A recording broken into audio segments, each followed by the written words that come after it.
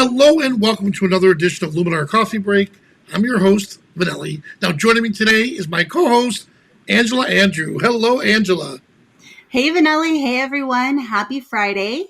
Great. We have another co-host with us here, another guest sitting out to your side. Oh, you see that fluffy tail right there? Yeah. McAllen's making an appearance. Was trying to keep him quiet. Awesome. Well, hey, so this is a special YouTube video for new users, right? We're calling this New User Fridays. So what do we have in store for everyone today? So on our New User Fridays, what we're doing here on YouTube are a couple of quick tips. So today we're going to talk about dealing with underexposed and overexposed images and a couple of ways that you can handle those with Luminar AI quickly and easily. So every Friday you can come back and get another quick tip that's geared towards new users, new photographers, or even just new to our software. And if you want to go a little bit more in depth, make sure you join us over at insiders.skylum.com. Our Friday New User Friday episodes are longer, more in depth, and you can learn a lot from those sessions.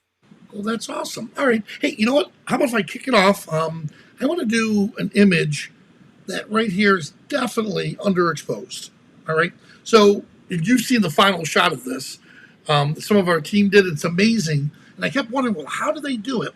Well, here's what we're going to do. Instead of working with templates, that's usually my number one go-to. I'm going to show you how we'll use the tools off to the side to get the result. First tool, this tool right here should be your best friend, Accent AI. This one tool, look at this, improves color, detail, tone, and depth of the image. And then you can also, since there's a sky in the scene, adjust the sky slightly here. All right, so now that did the majority of the work. The light tool, well, this right here is the raw developing tool. So if you have a raw file, you'll be able to select your camera profile. If it's a JPEG, you won't have that option.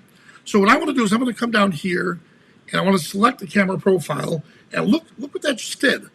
Just that little motion or that little adding on part of the tool, look how it brought back the color the way I'm sure the photographer saw it. Now, I prefer to stay away from exposure. That's kind of my last resort. So I'll come down here to super contrast, bump that up a bit, and then shadows, bring those out. And usually when I bring out the shadow, look at that.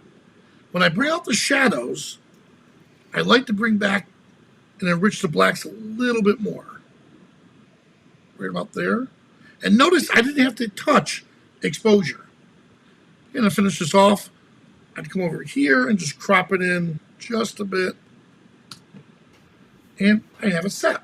So we went from an image, and again, I would go over a little bit more in detail, correcting the color and stuff.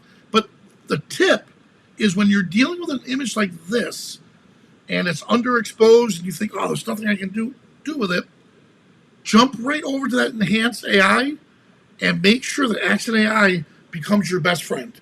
Because that one tool alone solves the majority of the development problems. So there we have it, Andrew. There we have it, Angela. Last name, first name, either way. That's great. So that actually really ties into what I'm talking about as well. And we're going to look at an overexposed image. So this particular photo, let me show you what I started with here. You're going to be amazed. Wow. There's so little detail. It's so blown out. And most times you would throw this away. This is what I got out of it. It's a raw image from a Fuji camera. And there was a ton of information buried in those blown out highlights. Now a JPEG, you probably wouldn't be able to rescue like this, but with a raw file, there's typically a lot more data there than that you can see in the original file right as it's converted from a raw. So I'm going to jump straight over to our Edit tab and right click on this. Let's go to Adjustments and revert this to the original. And I'll show you how I did it. So much like Vanelli's, Enhance AI and Accent AI is your best friend. So notice, even if you're working on an underexposed image or an overexposed image, this slider is awesome. So I'm going to pull Accent AI way up and look at how much detail is coming back just with that one slider. I think that did really tremendous. If we just turn that off and back Wow. on, that did so much of the heavy lifting for me. Now there's still more detail there, more data. And again, I'm going to go down to the light tool, which is our raw development tool. I'm going to skip over exposure, although we could pull that down a little bit more. And you see that's bringing back even more detail. Add a little bit of smart contrast. And I'm going to take the highlight slider and pull that all the way down to the left. And look at those details in the clouds pop right out. I think that's pretty amazing. And there's not a whole lot of shadows here. I might pull down on my whites a little bit, pull up on the blacks for a little bit more contrast. And there you have a color version of what this could be. Now, because we did so much to pull back that detail in those overexposed areas, the colors are not great. To fix that, this is what I do, and it's not necessarily to everybody's taste, but I like to take something like this and convert it to black and white. And then suddenly we have something that's a little bit artistic and it looks pretty cool. We can adjust our luminance sliders here to give a little bit more depth in certain areas that had color. I know there was definitely some blues in here, so we can adjust those a little. And the cyan. And I'm going to skip right back up to our structure tool and bring that up just to add in a little bit more depth and detail. And there we have it. So Enhance AI did so much of the heavy lifting. So if we turn that one off and back on again, there's so much that happens with that one slider, and it works because it's AI. It sees whether it's underexposed or overexposed, and the AI tools underneath the hood make those adjustments for you. So there's a lot of data there that can be worked with. So if you see an image that you think has maybe some good bones, but you didn't get it quite right in camera, try Enhance AI on it, and it will give you a better idea of what data is there and what you can pull out of it. What do you think, Vanelli? Well, great. So those were our two tips: how to work with an underexposed and overexposed image. Now, what you could do if you catch yourself doing this on a regular basis is create a template. You make a template out of it, and you name the template underexposed, another template overexposed, and then put those in your favorites. So when you come up with an image, like, oh, here's one of those images again, click, hit that, and it's going to duplicate or repeat what you just did. And because we worked with AI tools, it'll reanalyze that one image and take it from there. So, hey, let's check out the comments. Yep. All right, Angela, do you want to take the first one? Well, I love Yes. Jerry's comment about photographic snacks. That's, kind of what we're going for here with Coffee Break, is we want to give you small little packets of information that you can easily digest and, make you a better editor, photographer, and hope you enjoy them. Good morning to Yvonne from Australia. And it looks like one of our viewers was having some trouble with the fog. So make sure you run update 3, which just came out yesterday. So run that update. If any issue still exists with that fog that you're not able to get the results you're looking for, make sure you reach out to support@skylum.com so our techs can take a look at that. But one thing, Angela, Go ahead. yeah, so on that note, a couple of things with her on this. We have the clone and stamp tool, definitely update 3. You'll see, especially if you're a Windows user, check out update 3. When you're dealing with the fog tool, don't misunderstand the fact that you're not adding fog to an entire image. It's trying to make it a realistic fog. So let me show you this real quick. Sorry here. There we go. So in her case, I know what she's going for, but there's already fog in this image here. So if there's already fog in that image, well then when I work on Atmosphere AI, I'm going to do a layer fog. When I apply the amount, there's only a little bit here. It's the depth. Look at that. It's using 3D technology and rendering. So if you're looking to place the fog in an unrealistic scene, like all over the place, then that's not the tool you're using. It's trying to make it look realistic. So, and if you're trying to do it, let's say for a concert for a concert photo, and you want to add fog to the whole image, that may not be the tool for you, because again, it's an enhancement tool, not a graphics element. So, what do you think of that, Angela? on that. Well, I think that's a great tip. And if that particular person was interested in a more overall tool, they might want to check out the matte filter, and that can give you a fade, and you can control the contrast of that too. So you can increase or decrease the concert or the contrast, and you might be able to get a little bit more of the effect that you're looking for. It's not exactly the same, but it might help. And you can, mix that up with some glow. I think you might end up with the result you're looking for. Gotcha. Good. And keep in mind, she said, no, that's not what she wants. Each of the tools that we have, keep in mind, it may not be perfect for all your needs. And the best way to explain it is, if I had to hang up one of these shelves and I needed a hammer, I could use a book and hammer the nail in with a book, but it's not going to do the job. I need a hammer to hammer it in. And if Angela gives me a sledgehammer and says, well, here, it's a hammer, try it, I'm going to cause more damage. So you have to use the right tool. One other comment they made is that this is possible in Luminar 4, but not Luminar AI. So the fog tool that was in Luminar 4 is very different from Atmosphere AI. The fog tool was just a blanket. It added a mist-like covering to the entire image. There was no AI happening in that tool. Atmosphere AI is, like Vanelli said, has the depth mapping, that 3D imaging that's meant to make a more realistic approach. If you like what's happening in Luminar 4 for that better, that might be a really great instance where you want to pop back over to Luminar 4 and use that tool if that's giving you the results that you want. Atmosphere AI was designed to do something a little differently. Yeah, but look at her last comment. Okay, so obviously you're an advanced graphics advanced graphics person. So what she's trying to do is put like a fog on the street light. I can see that, how that'll look really cool.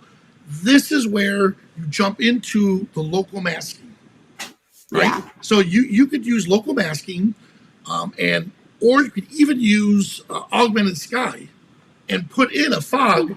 You could download a fog. That might be better to do with the texture overlay, because the augmented sky is going to probably place that fog or whatever object you put in there. It's going to place it behind it. You're going to want something to go over it. So actually using the texture overlay and bringing in your graphic element that way, I think would work beautifully. Yeah, so the local, and this is good. Thank you for pushing our brains on that. Yeah. So because with what you can do in Luminar 4, you could definitely do in Luminar AI. There's obviously differences, but the layers, if you're trying to do a lot of graphic elements, jump over to local masking. And from the questions she's asking, obviously she has enough experience and understanding on how to do it. But I definitely think, like you just said, that texture overlay, you bring it in as a texture overlay, that's exactly what would fix it. And thank you, because I think Angela's going to do a demo on this in another show. I am. Okay. I'll add that. Or I could too. But no, I mean, that was very good. Thank you so much for pushing it. Let me put that up there on the screen.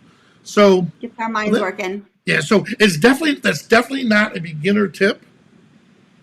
But as long as we answered beginner stuff at the beginning, but awesome. And what I suggest to her too is she should join Insiders. Yes. At insiders.skylum.com. And over there, these are the questions you would throw out to more advanced users on the group, and the group will help you, like we just did. We just brainstormed real quick on, texture overlay will do the trick for her. Awesome. So it looks like we have another question here from Gord. If one has Luminar 4 and Luminar AI, you had mentioned to change a catalog name. So the catalogs between Luminar 4 and Luminar AI are not interchangeable. You have to have a separate catalog for Luminar 4 and a separate one for Luminar AI. If you're working in Luminar AI and you want to take an image to Luminar 4 to do a specific job, what I would do is export it from Luminar AI to someplace convenient like your desktop. Make sure it's a high resolution file. I typically prefer a high resolution TIFF. And then open that TIFF as a single image edit in Luminar 4, make the changes you want, and then save an altered version back to the source folder. Awesome. All right. And she asked, is there a helpline? So tech support is, hey, it does not work. That's when you call them. Hey, how do I do this? That's when you contact Angela and I. So I can't put the chat. I'm going to put the chat here, my email address. Vanelli at Skylum.com. Got it? And then Angela at Skylum.com. But I also highly recommend joining Insiders, and that's Yes. insiders.skylum.com. That is a great community where you can ask questions, post pictures, and get feedback, not only from the Skylum team, but from other Skylum users. And it's a very active community and a very positive place to hang out. So I encourage you to join us there. And that's a great place to get information. Awesome. And also Monday through Friday, we have our coffee break on Insiders, yes. But that's face-to-face. So, which is really Monday cool. Monday through Thursday it is. Friday is a webinar. Yeah, Monday through Thursday. It's a little different now. So Monday through Thursday is face-to-face to where we can talk like this instead of texting it all out. But again, that insider group is huge. I mean, Angela, think back when you first started photography. Mm-hmm. Don't you wish we had something like this? Because you're learning the art of photography, and that in itself is complicated. And then you learn graphic editing. That's where it gets really hard. So instead, Luminar is going to help you develop your images. So there's a big difference between learning Photoshop to where you're becoming a graphic artist, and Luminar where you're actually becoming a photographer, developing or enhancing your images. Awesome. So what's happening on Monday, Angela? So Monday is a holiday here in the U.S., so Vanelli and I will be taking a 3-day weekend, but we will be back with our normal schedule on Tuesday. So we hope to see you again on Tuesday for coffee break. And I think that's about it for today. Awesome. I want to wish you guys a wonderful weekend. Thank you for spending some time with us. And if you enjoyed this episode, make sure you give us a thumbs up here on YouTube. I think that's about it. Anything else, Vanelli? No, make sure you get out there and get pictures. Go out and take pictures. I was exhausted the other night, and Angela sent me pictures of her kittens, of her cats doing these wacky things. And then I saw those same images on Insider when you did some of the editing. And I thought, oh my God, that is so cool. But it's stuff like that. Just get out there, take photos, and trust me, you'll put a smile on people's faces. Well, hey, thank you so much for joining us, and we'll see you at the next coffee break. Bye, everyone.